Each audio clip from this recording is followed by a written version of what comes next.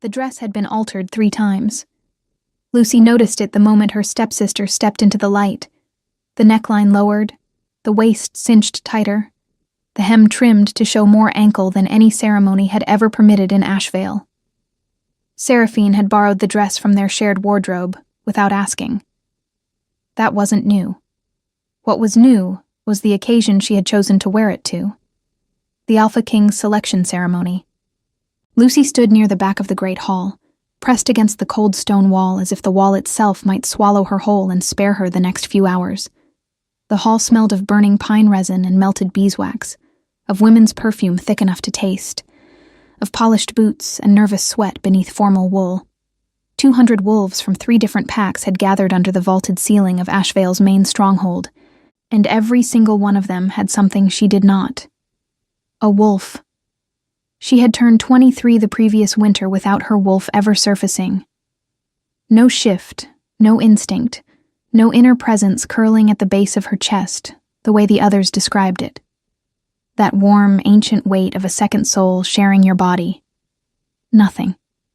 Just Lucy, alone inside herself, standing in a hall full of people who smelled her absence like rot in a beam of old wood. The whispers had followed her for years. Half-blood, broken, cursed. Her mother had been human, a soft-spoken woman who had loved Lucy's father with everything she had, and died of fever before Lucy turned 5. Her father had remarried within the year. Seraphine and her mother, Countess Riva, had arrived with their trunks, their perfume, and their particular talent for making Lucy feel like an inconvenience in her own home. And then, 8 months ago, her father had died too. He had gone quietly, the healers said. A weakness of the heart. Lucy had sat beside his bed for 3 days, holding a hand that had rarely reached for hers in life, and she had not cried until she was alone in the dark corridor outside, kneeling on cold stone with her knuckles pressed to her mouth. She had not allowed herself to fall apart in front of Riva. She would not give the woman that. Now Riva controlled the household accounts, the estate grounds, and, through some arrangement Lucy had never been shown in writing, the terms of Lucy's continued residence at Ashevale. She was not exactly a prisoner, but the distinction, on certain mornings, felt academic. "You are here as a courtesy," Riva had told her the week before the ceremony was announced. "Do not embarrass this family by drawing attention to yourself." The irony was that no one ever looked at Lucy unless they were looking for something to pity or dismiss. She was aware of what she looked like in this room. A pale, unremarkable young woman, in a dress that had not been altered to fit anyone, wearing no jewelry because Riva had locked the family collection in anticipation of Seraphine's presentation. Her dark hair was pinned simply.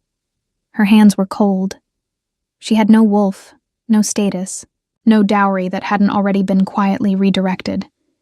She was here because refusing to attend would have looked worse than attending poorly. Up on the raised platform at the far end of the hall, the ceremony had not yet formally begun, but the air had already shifted. Lucy felt it before she understood it. A pressure, like weather changing. Like the moment before thunder when every hair on your arm lifts without knowing why. The wolves around her felt it too. Conversations dropped. Bodies turned. Even Seraphine, who had been laughing at something with the daughter of a beta lord, went still. The doors at the far end of the platform opened. He did not enter loudly. That was the first thing Lucy registered, and she registered it with a faint, surprised clarity, because she had expected something louder. She had heard stories about the Alpha King since childhood. Kyle of the Northern Reach, who had ended the Sable War at 26, who commanded 7 packs under a single banner, who had not attended a formal gathering south of the mountain passes in 4 years. The stories had constructed someone enormous, brutal, operatic. The man who walked through those doors was tall, yes, broad through the shoulders, dressed in deep charcoal and dark leather, with a wolf head clasp at his throat, his dark hair pushed back from a face that was angled and severe. But he was not loud. He moved the way still water moves when you drop something into it, a calm at the center and everything else radiating outward from him, reorganizing. His eyes swept the room once. Lucy looked away before they reached her corner. She told herself it was self-preservation. She did not need to be noticed here. She needed to survive the next 2 hours without Riva finding cause to reduce her already diminished situation further. She pressed her back against the stone and focused on the candle nearest to her. A thick tallow stub in an iron bracket, burning with a small, persistent flame that tilted sideways every time someone passed. She watched the flame. She did not watch him, which is why she did not see his gaze return to her corner and pause. The ceremony proceeded in the formal structure she had memorized from whispered descriptions. The pack representatives would present their eligible females, the Alpha King would observe, and he would select a candidate to consider for the role of Luna. Not a binding choice tonight, but the beginning of a formal courtship process with full political and legal weight behind it. The chosen female's family would receive a mark of alliance. The female herself would begin a formal residence period at the Northern Reach. It was not a love story. It was a diplomatic arrangement dressed in ceremony. Seraphine looked radiant in the altered dress. Lucy watched her stepsister glide forward during the Ashvale presentation. Her gold hair caught the torchlight. Her smile was practiced and luminous. Her posture exactly the combination of deference and confidence that their etiquette tutor had spent years trying to teach. She was beautiful. She was appropriate. She was everything the occasion required. Riva, standing 2 bodies away from Lucy, exhaled slowly through her nose. It was the exhale of someone who believed they had already won. The presentations continued. Names called, women stepping forward, a murmur of evaluation running through the room like water finding level. Lucy stayed against the wall and tried to feel nothing particular. She was good at that, usually. She had practiced it into a kind of art. The careful flattening of want, the tamping down of anything that might hurt more than its absence already did. She was thinking about the candle again when she heard her name. Not announced from the platform. Not called by a herald. Spoken quietly, beside her. She turned. One of the king's personal guards stood at her left, a tall man in Northern Reach gray, his expression professionally blank. "Lucy of Ashvale," he said again. Not a question. Her voice came out steadier than she felt. "Yes. His Majesty requests your presence on the platform." The silence that followed that sentence lasted approximately 2 heartbeats. Then the hall around her seemed to inhale. She looked toward the platform. Cale stood at its center, his hands clasped behind his back, and he was watching her with an expression she could not read from this distance. Not hunger, not performance. Not the kind of predatory interest she had seen on the faces of men who thought a wolfless girl had no recourse. Something more measured. Something that felt, inexplicably, like recognition. She had never seen him before in her life. "There must be a mistake," she said quietly to the guard. "There is no mistake." From across the room, she felt Riva's stare like a blade between her shoulder blades. She felt Seraphine's confusion, sharp and sudden, cutting through the composed smile. She felt the shift of 200 wolves recalibrating, the low voltage of their collective attention swinging toward her like a compass needle finding north. Lucy straightened her spine. She was still afraid. She was cold, and her hands were still empty of any power that might make this make sense, and the walk from the back wall to the front platform was the longest she had ever imagined taking. But she took the first step anyway, because she understood, even without understanding anything else, that staying still was the only thing that would truly be the end of her. She walked. She did not look at Riva. She did not look at Seraphine. She kept her eyes forward, on the candles, on the stone, on the careful placement of each foot, until the stairs of the platform were beneath her, and she had no choice but to look up. Up close, he was even harder to place. Not because his features were difficult. They were sharply defined, a face that had been arranged by something older than beauty into something more durable, but because the quality of his attention was not what she had expected. He was not looking at her the way a man looks at a woman he intends to use. He was looking at her the way someone looks at a thing they have been searching for, and finally, quietly, found. It made her deeply uneasy. "You are Lucy," he said. His voice was low, unhurried. Not a question. Again. "Yes," she said, "and I have no wolf, no title beyond my father's name, and no particular reason to be standing on this platform, in case no one mentioned that to you." Something shifted in his expression. Not offense, almost the opposite. "I know," he said. She waited for him to explain. He did not. And in the silence that followed, with 200 witnesses at her back and a king's steady gaze on her face, Lucy felt something she had not felt in years, not hope, which she had learned to distrust, but something more dangerous. The distinct animal certainty that her life had just changed in a way she was entirely unprepared for. The ride back to the Ashvale estate took 20 minutes by carriage. Lucy knew, before the wheels had even cleared the stronghold gates, that those 20 minutes would be the last quiet ones she would have for a long time. She sat across from Riva and Seraphine in the narrow compartment, her hands folded in her lap, the darkness outside broken only by the occasional torch post along the road. The horses moved at a pace that felt almost leisurely, given the pressure building inside the carriage like heat before a fire fully catches. Seraphine said nothing. That was worse than the alternative. Her stepsister's silence was a specific kind, the silence of someone rewriting a story they thought they already knew, searching for the page where everything had gone wrong. She sat with her gold hair still perfect, her hands tight in her lap, her eyes fixed on the carriage window, with an expression that Lucy recognized from years of careful observation. Controlled fury dressed as composure. Riva spoke first. "You will decline."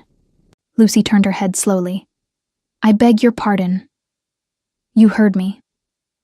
Riva's voice was the same temperature it always was, not raised, not sharp, just flat and absolute in the way that stone is flat and absolute.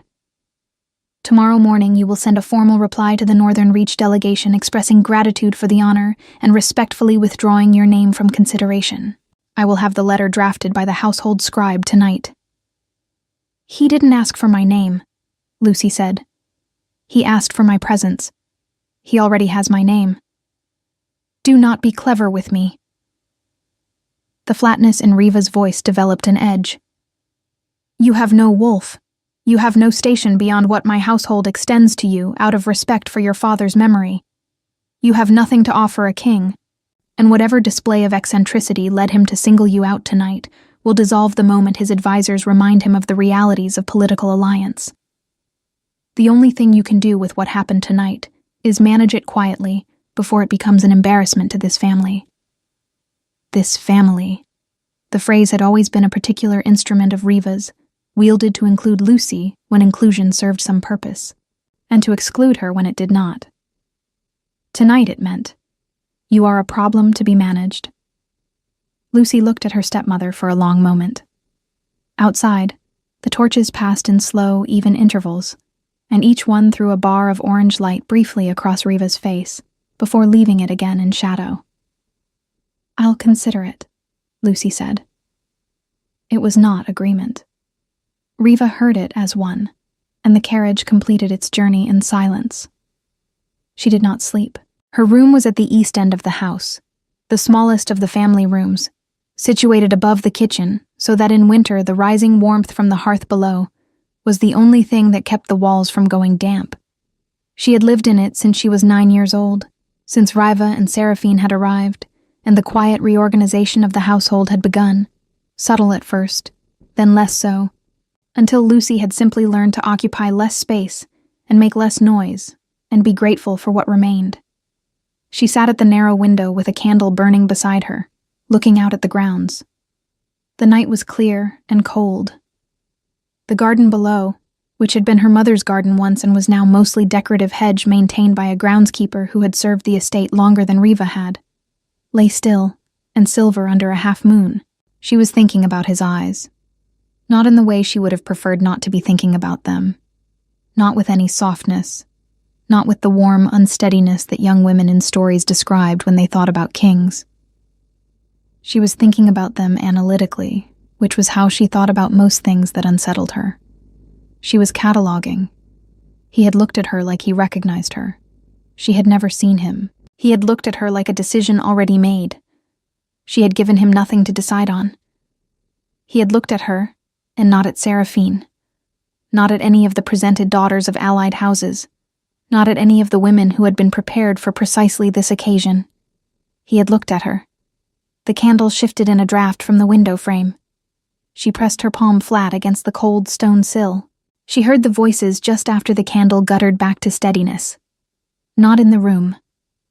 Below, on the other side of the wall, in the narrow servants' corridor that ran behind the east wing rooms, where sound traveled with a peculiar clarity, because the walls were old, and the plaster between the stones had thinned with age. She had discovered this architectural accident at 12 years old, and had never told anyone about it. She had never had reason to use it deliberately. She used it now. She pressed her ear gently to the wall. "Cannot let this proceed." Riva's voice, stripped of its drawing-room flatness, faster, tighter. "Everything depends on Seraphine being selected. The debt arrangement with Lord Fenwick requires a political alliance of this tier, or he calls it in by spring. Do you understand what that means? The estate, the accounts, everything. Then we fix it." A man's voice. Lower, careful. Lucy didn't recognize it at first, and then she did. Borlan, the household steward. Her father's steward, whom Riva had retained after the funeral. The wolfless girl is a problem, but problems have solutions. She cannot be simply discouraged. You saw the way he looked at her. If he pursues it through official channels, we cannot refuse him without... We don't refuse him. We remove the object of his interest. A pause. Lucy's breathing became very slow and very shallow. "She has no wolf," Borlan continued. "She has no pack status to invoke protection. If she were to become unavailable, if she were to fall ill before the delegation returns. A recurring weakness, something gradual, something the healers might attribute to her already fragile constitution. You are talking about... I am talking about protecting this household. You asked me to find a solution. That is a solution." The silence on the other side of the wall lasted long enough for Lucy to understand that Riva was not refusing. She was considering. The distinction was surgical and horrifying. "The compound from Mistress Halveth," Riva said finally. Her voice dropped so low that Lucy had to press harder against the wall to catch it. "The one she used on Lord Fenwick's hunting dogs when they became inconvenient last autumn. She said it was undetectable in a body without full wolf healing. I know the one. In her evening tea. She takes it alone in her room. No one would know until morning, and by then it would look like the fever she had 2 winters ago returning." Lucy did not move. She could not have said, afterward, how long she stood with her cheek against the cold plaster, the candle burning quietly at the window, the silver garden below unchanged and indifferent. Time had briefly stopped behaving in the way she relied on it to behave. Her stepmother had just agreed to poison her. Not in anger, not in a moment of uncalculated cruelty. In the flat, problem-solving tone Riva used when she was reviewing household accounts or deciding which guests would sit nearest the fire. Lucy stepped back from the wall. Her mind moved very quickly when it had to. That was one of the few things she had that no one had been able to take from her. Not wolflessness, not diminished circumstances, not years of careful erasure. She thought in straight, rapid lines when everything else was falling. And it was falling now. Not with noise, but with the particular silent collapse of something that had been rotten at its foundation for much longer than she'd allowed herself to believe. Her father's heart weakness. Gradual. Undetectable. The thought surfaced and then sank again, too large to hold right now. She filed it in the part of her mind that was already forming a list. Not of feelings, but of facts. Of necessities. Of what the next hour required. She could not stay in this house tonight. She pulled on her warmest underdress, her gray wool riding gown, her boots. She took the small leather satchel from beneath the floorboard she had loosened years ago, when she was still a child who kept secrets in hiding places. Inside it were the 3 things she had preserved against emergencies she had always hoped would never come. A small amount of coin, 2 letters her father had written her years ago, and the only piece of jewelry Riva had not found, a thin silver chain with a pendant her mother had left her, a small crescent worked in silver, worn smooth from handling. She put the chain around her neck. She left everything else. She went out through the kitchen passage, through the garden, through the gap in the east hedge that the groundskeeper had never repaired, because Lucy had asked him not to. She came out on the far side into the lower field, and the cold hit her like something honest after the suffocation of the house. She walked. She had no plan beyond distance. She had no wolf to run with, no speed beyond human feet on frozen ground, no power to call on. She had a road, and darkness, and the half moon, and the distant tree line of the Ashvale forest that marked the beginning of territory that belonged to no household. She was a 1/4 mile from the estate when the horse came out of the dark, not charging, moving at a careful walk, as if it had been matching her pace for some time before she noticed it. A large animal, dark coat barely distinguishable from the night, and on its back a rider who had been still enough that he had registered as shadow before he registered as person. Lucy stopped. Her heart was already running. She had nothing to defend herself with. No status, no wolf, nothing but the truth that she had just fled a house where someone had decided she was a problem requiring a permanent solution. The rider pulled up. In the moonlight, the wolf head clasp at his throat caught silver. Her breath left her body in a short, involuntary exhale. Cale looked down at her from the saddle with that same unreadable expression. Measuring, quiet, entirely unsurprised to find her here, alone, on a dark road in the middle of the night, running from the house where he had just, hours ago, selected her in front of 200 witnesses. "I had a feeling," he said, "that you wouldn't make it to morning." She did not get on the horse willingly.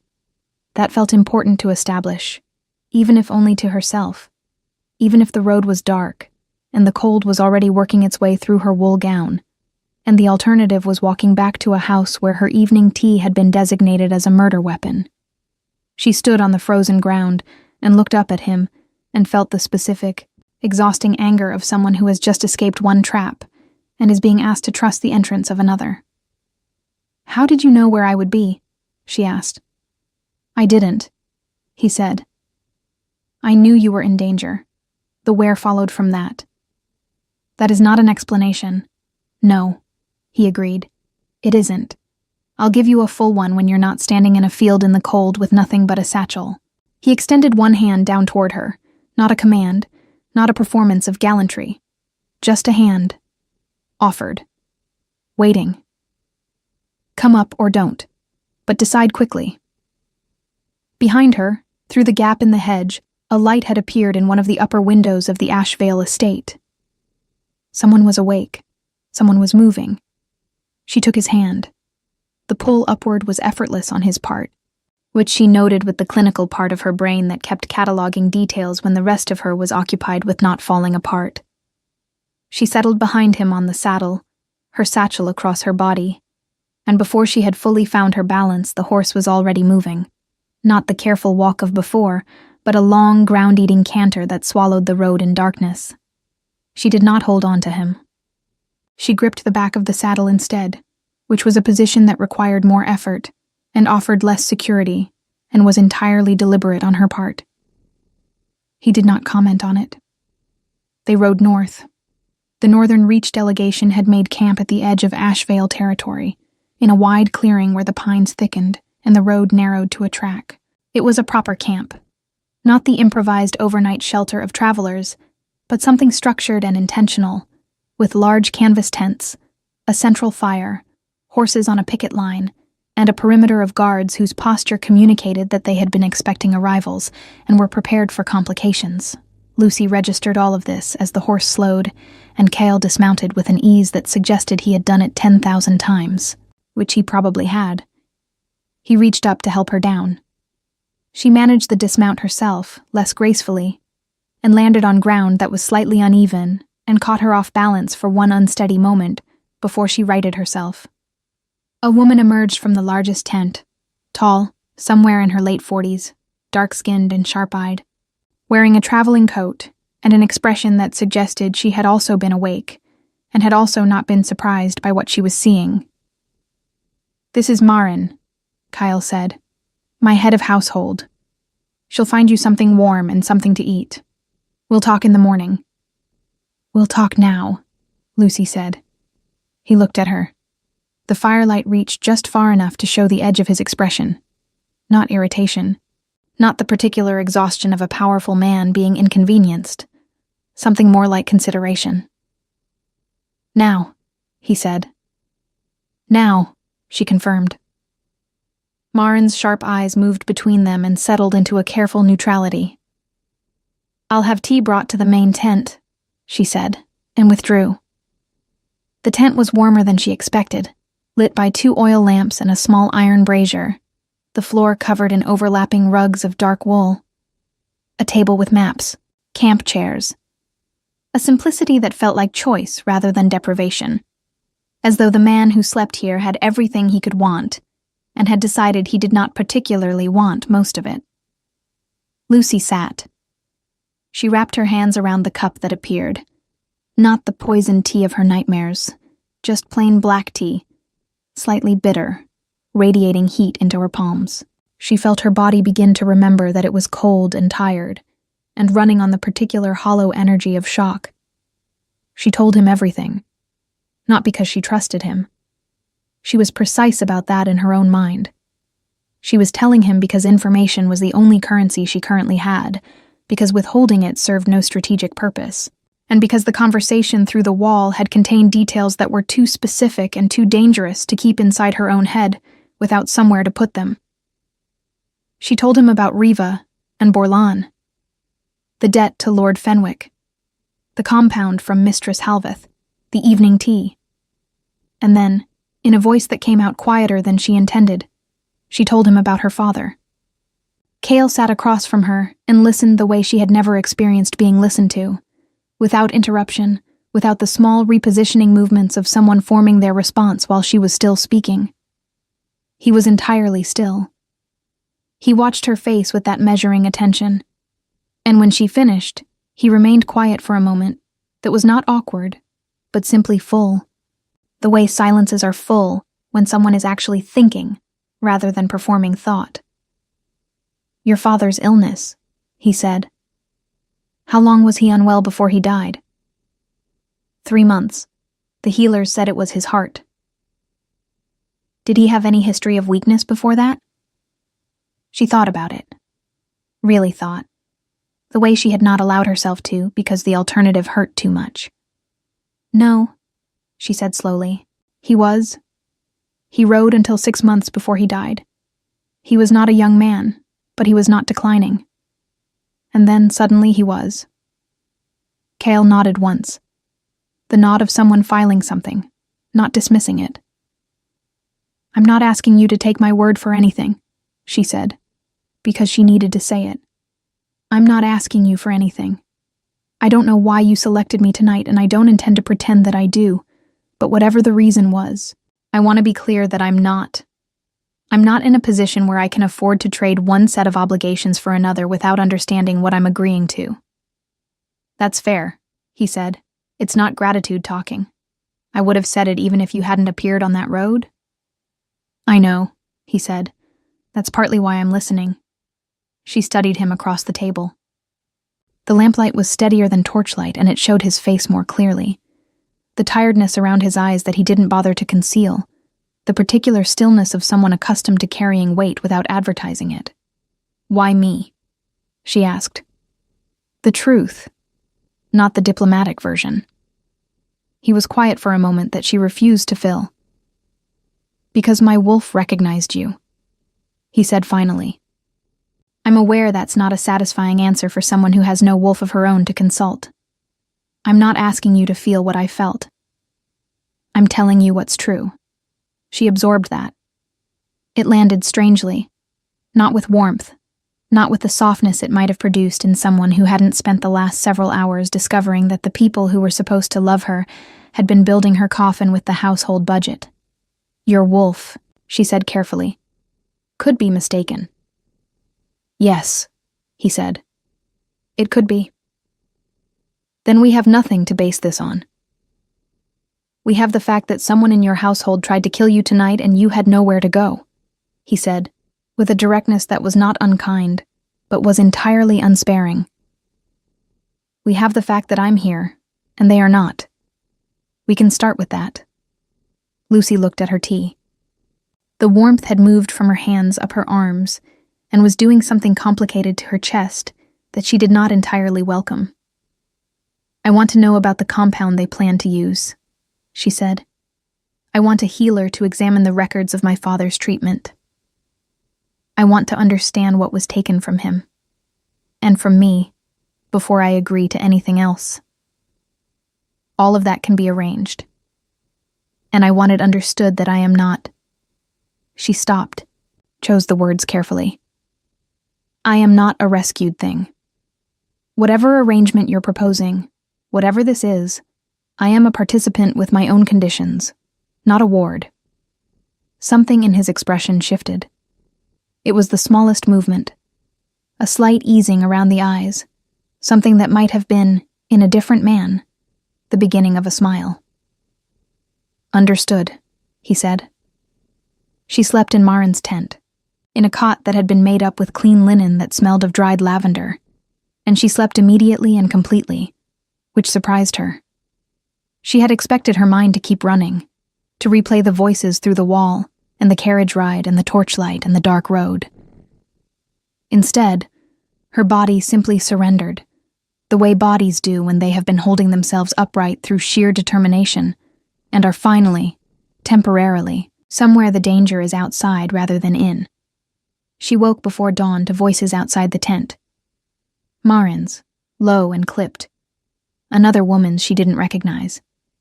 And then a third voice, younger, tighter, speaking with the particular edge of someone delivering news they know will not be well received.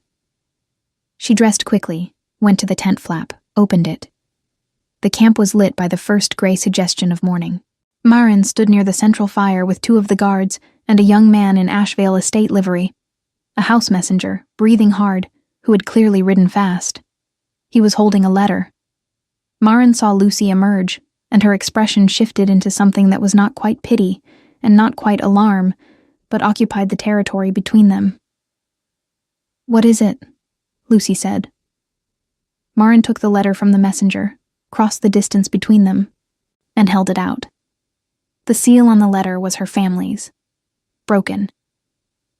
Inside, in Riva's precise handwriting, was a single paragraph that Lucy read twice, because the first time her eyes moved over it, without her brain fully accepting the words.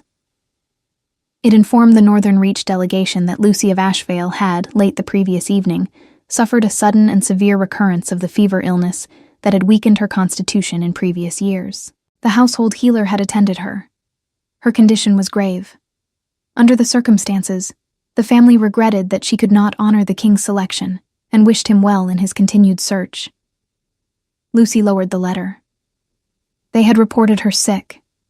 They had reported her sick before they had confirmed she was dead, which meant either the plan had already been set in motion before she left, the tea prepared, the dose waiting, or they had discovered her absence and pivoted rapidly, constructing a story that would explain her disappearance and simultaneously discredit any appearance she might make afterward.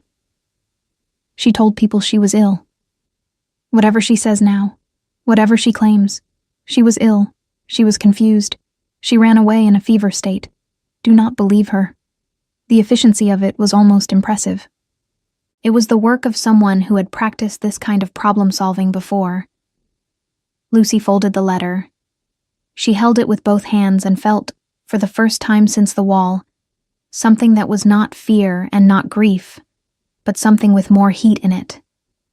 Something that knew what it wanted. Cale appeared from the main tent. He looked at her face, then at the letter. "They've declared me dead," she said. "Not quite yet, but that's the direction." He was quiet for a moment. "Then we have work to do," he said. And for the first time since she had walked across that platform, Lucy felt something align inside her. Not trust, not yet, but the particular clarity of a woman who has stopped running and started planning. The healer's name was Oswin, and he had the careful hands and unhurried manner of someone who had spent 40 years learning that most people lied to healers, and that the body, eventually, told the truth anyway. Cale had sent for him before dawn, a rider dispatched north to the nearest reach outpost while Lucy was still sleeping.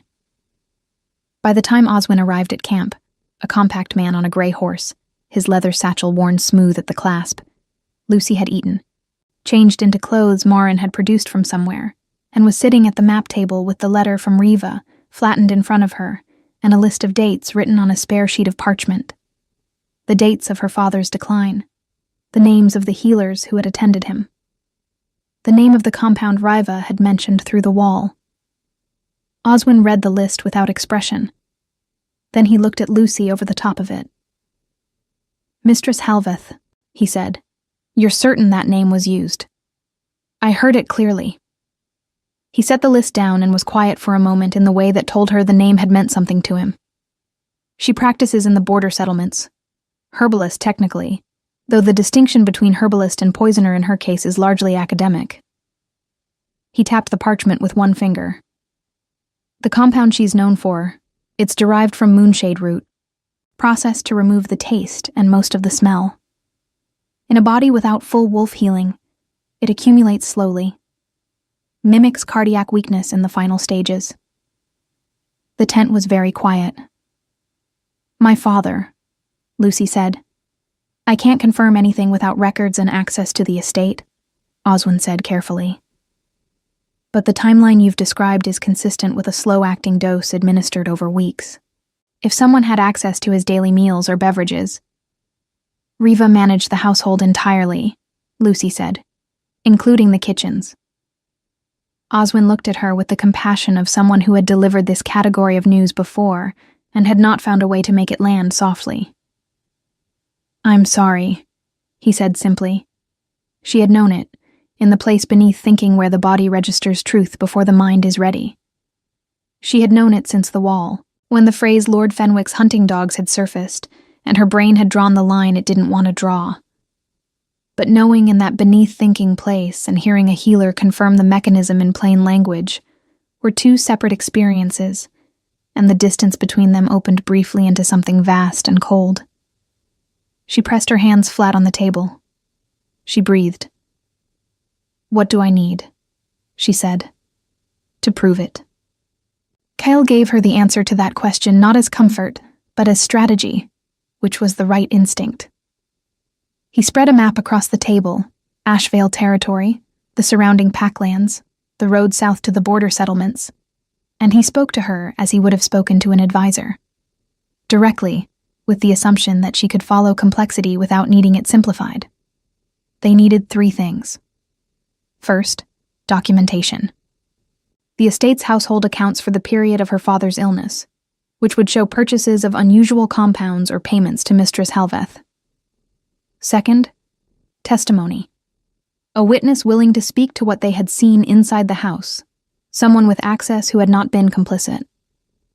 Third, the compound itself, or evidence of its source, ideally Halveth's records, which under territorial law could be subpoenaed in cases of suspected poisoning if a formal complaint was lodged with the Pack Council. "The Pack Council," Lucy said. "Ashvale falls under the jurisdiction of Beta Lord Crane's council. Riva has a relationship with Lord Fenwick, and Fenwick has influence over Crane's appointments." "The regional council, yes," Cale said. "But not the High Council, not my jurisdiction." He let that sit for a moment. "A formal complaint lodged at the High Council level cannot be blocked by regional politics. It bypasses Crane entirely. You're offering to file it. I'm offering you the standing to file it yourself, with the authority of the Northern Reach behind your claim. That's different from me filing it for you." She looked at him across the map. He held her gaze without performance, without the slightly elevated quality that men sometimes brought to moments when they were expecting gratitude. "Why does that distinction matter to you?" she asked. Because in 6 months, or 6 years, when people talk about what happened here, I want them to say you did this. Not that I did it on your behalf." Lucy was quiet for a moment. Outside the tent, the camp had come to its morning activity. Horses being watered, the smell of porridge and wood smoke, the low exchange of the guards changing watch. Ordinary sounds around an extraordinary conversation. "There's someone in that house," she said slowly, "who might talk." His name was Edmund, and he had been her father's personal attendant for 11 years. He was not young, somewhere past 50, with a limp from an old riding injury, and the particular loyalty of someone who had chosen a person rather than a household to serve, and who had stayed after that person died because he had nowhere else, and because leaving felt like abandonment. Lucy had trusted him in the way that she trusted the East Garden hedge gap, not as a formal alliance, but as something that had simply proven reliable through long familiarity. The question was whether he had seen enough, and whether seeing was the same as being willing to say. She wrote him a letter. Cale's scribe copied it in a clean hand, and a rider carried it south with instructions to deliver it privately, slipped beneath the door of Edmund's room in the servants' quarters, rather than through the household's main channels.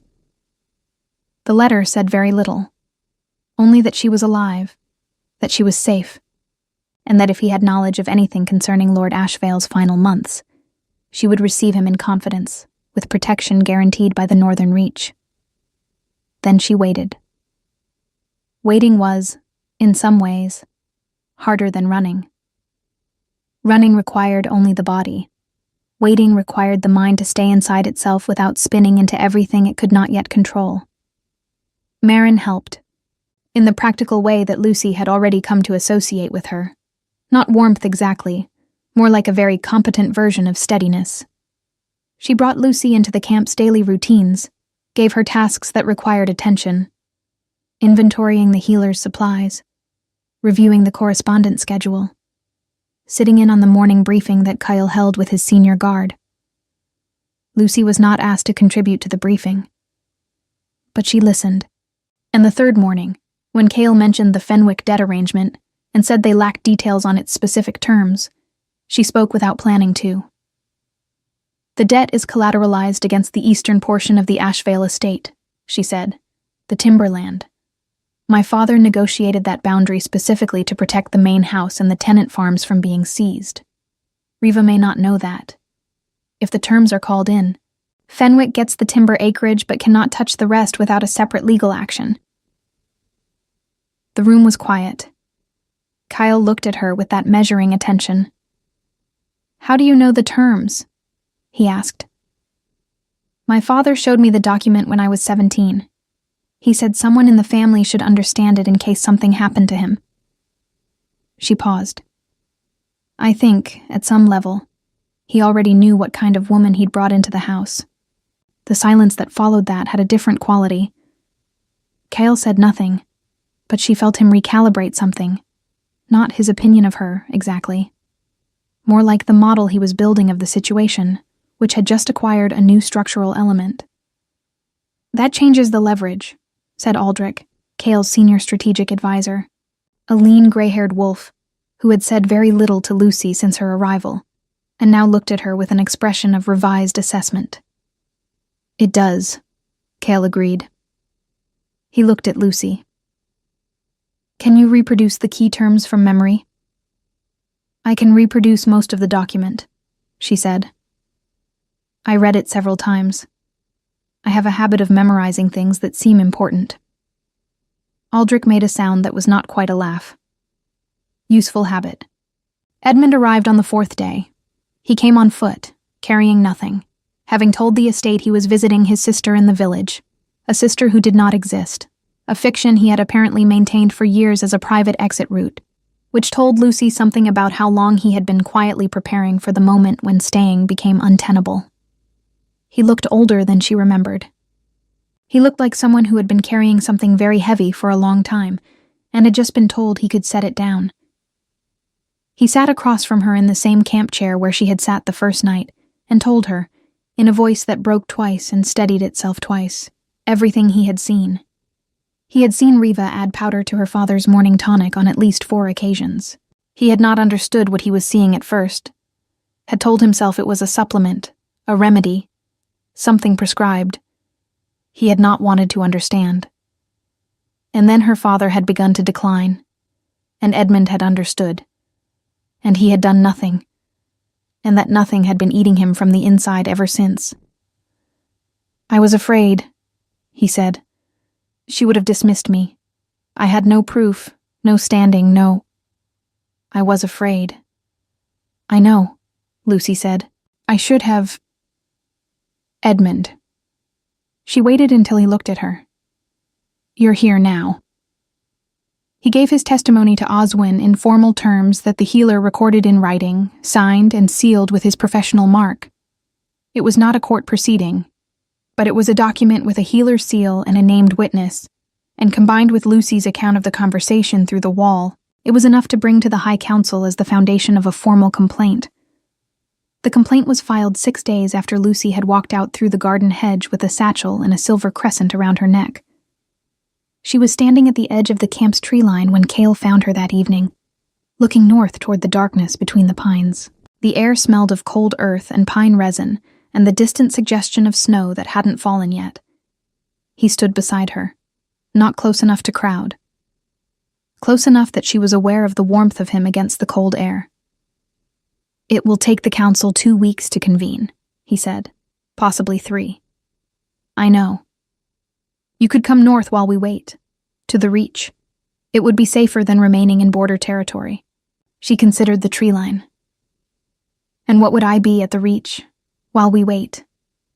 He was quiet for a moment. "Whatever you want to be," he said. "That's not a diplomatic answer. It's the true one." She turned to look at him. In the darkness, his face was composed, steady, that quality of stillness she had noticed from the first moment and had not yet entirely decided what to do with. He did not look like a man issuing an invitation he expected to be declined. He looked like a man who had learned to offer things once, clearly, and then wait. "I need you to understand something," she said, "about what happened to me in that house. It wasn't only Riva. It was years of being made to feel that my existence was a problem. That having no wolf meant having no worth. That I was tolerated. Not—" She stopped. "I am not going to walk into a new place and perform gratitude. I am not going to be easy to have around. I ask difficult questions. I don't defer when I think something is wrong. And I will not pretend to feel things I don't feel, just because it would be more convenient." "I know," he said. "You don't know me." "No," he agreed. "But I've watched you for 8 days. It's a reasonable beginning." The wind moved through the pines above them, a long exhaling sound. Somewhere behind them, the campfire snapped. Lucy turned back to the trees. "I'll come north," she said. "But I'm filing the formal statement myself, in my name, in front of the council." "I would expect nothing else," he said. And standing in the cold at the edge of the firelight, Lucy felt something she had not let herself feel in a very long time. Not safety, not yet, because safety was something you built rather than something you found, but the beginning of the conditions under which safety might, eventually, be possible. It was enough, for now, to keep moving toward it. The High Council chamber smelled of old stone and candle wax, and the particular kind of authority that accumulates in rooms where consequential things have been decided for a very long time. Lucy had not slept the night before, not from fear, or not only from fear, but from the specific wakefulness of someone who has been moving toward a moment for weeks and finds, when the moment finally arrives on the horizon, that the body refuses to pretend it is ordinary. She had lain in the room Marin had prepared for her at the Northern Reach, in a proper bed with a carved headboard and linen that smelled of dried chamomile, and she had stared at the ceiling and gone over every word she intended to say until the words were worn smooth and certain in her mind. The Northern Reach was nothing like she had imagined. She had expected severity, stone and cold, and the stripped-down functionality of a military stronghold. What she found instead was a place that had been built with a particular philosophy, strength expressed through permanence rather than display. The Great Hall had tapestries, yes, but they showed landscapes rather than conquests. The library, and there was a library, substantial and well-ordered, had books in 4 languages. The kitchen smelled every morning of fresh bread and wood smoke. The people who served there moved without the particular tension of a household where fear was the primary management tool, and that absence of tension was so unfamiliar to Lucy that it had taken her several days to identify what was different. Nobody here watched her sideways. Nobody calculated her usefulness before deciding whether to speak to her. She had been there for 16 days before the council convened. 16 days in which she had occupied herself in ways that had surprised her with their normality, working in the library, reviewing the debt documents she had reproduced from memory, with Aldrich confirming her accuracy, spending long evenings in conversation with Marin, who turned out to have a dry, precise wit beneath her efficiency and opinions about political history that were both well-informed and entirely unsparing. 16 days in which Cale had been present without being suffocating, sharing meals when their schedules aligned, appearing in the library occasionally on his own business, spending one long evening at the same table while she read and he reviewed correspondence, neither of them speaking much, and the silence being the kind that rested rather than pressed. She had not let herself examine that too closely. There was too much that still needed resolving before she could afford to examine anything. She stood before the High Council in a dress that Marin had ordered made. Deep blue wool, simply cut, no ornamentation except the silver crescent at her throat. She had refused the more elaborate options. She wanted to look like herself, not like someone performing the role of someone else. There were 9 council members, 7 men, 2 women, all senior wolves from the broadest alliance network under the High Council's jurisdiction. They looked at her with the careful, assessing attention of people accustomed to reading political weight in how a person entered a room. She entered without hesitation. Riva sat at the far end of the chamber, flanked by a legal representative, a thin man with parchment-colored skin who had clearly been briefed to Project Calm. Borlan was not present. Lucy had been told 2 days prior that Borlan had fled Ashvale territory upon learning that a High Council summons had been issued. His flight had been noted in the formal record, which, as Aldrich had observed with grim satisfaction, was as good as a confession for the purposes of corroboration. Seraphine was not there either. Lucy had thought about that more than she'd expected to.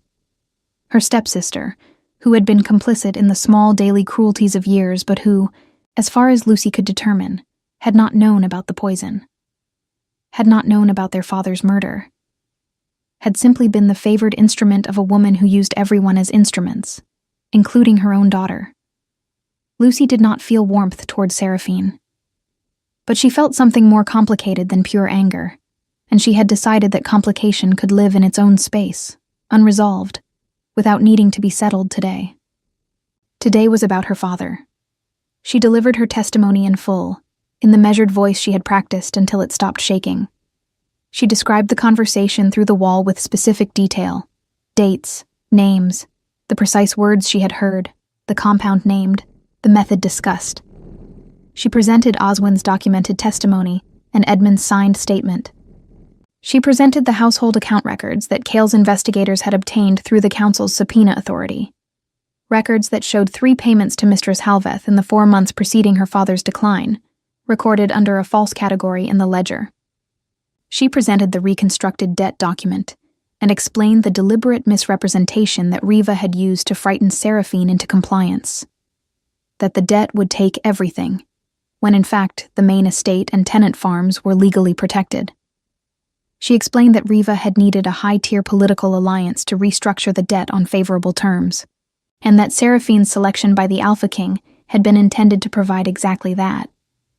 And that when Lucy had been selected instead, she had become an obstacle to be removed by the same method that had already been used once before, successfully, on her father. The chamber was very quiet when she finished. One of the female council members, a wolf with silver-streaked hair and an expression of focused attention, said, "You have stated that you have no wolf. You have no formal PAC standing. What standing do you claim in bringing this complaint?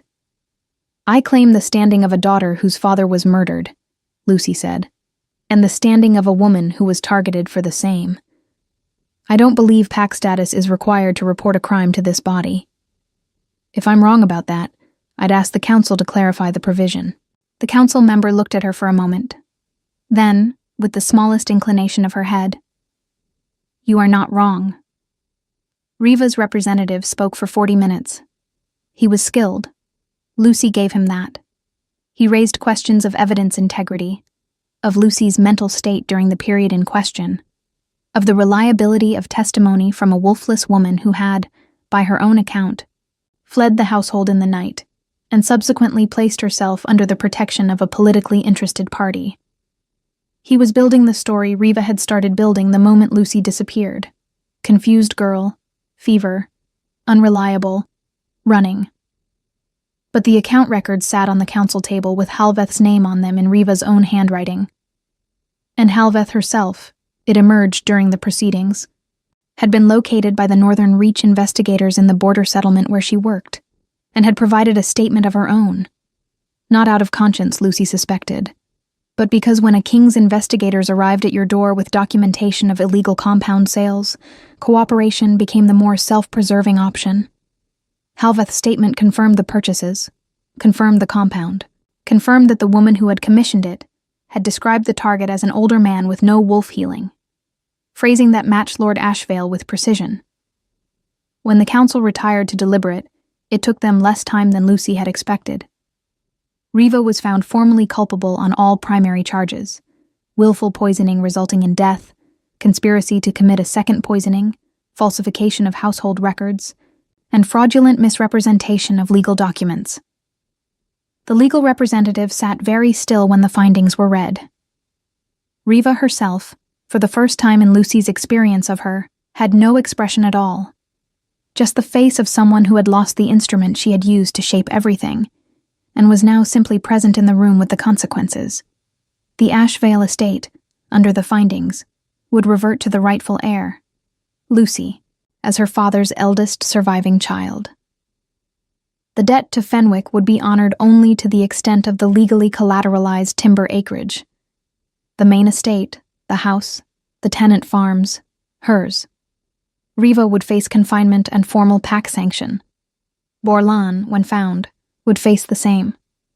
Lucy sat with the judgment read around her, and felt something she had not anticipated. Not triumph, not the hot satisfaction she had imagined when she had pressed her ear against the cold wall weeks ago, and felt rage begin to replace fear. Something quieter.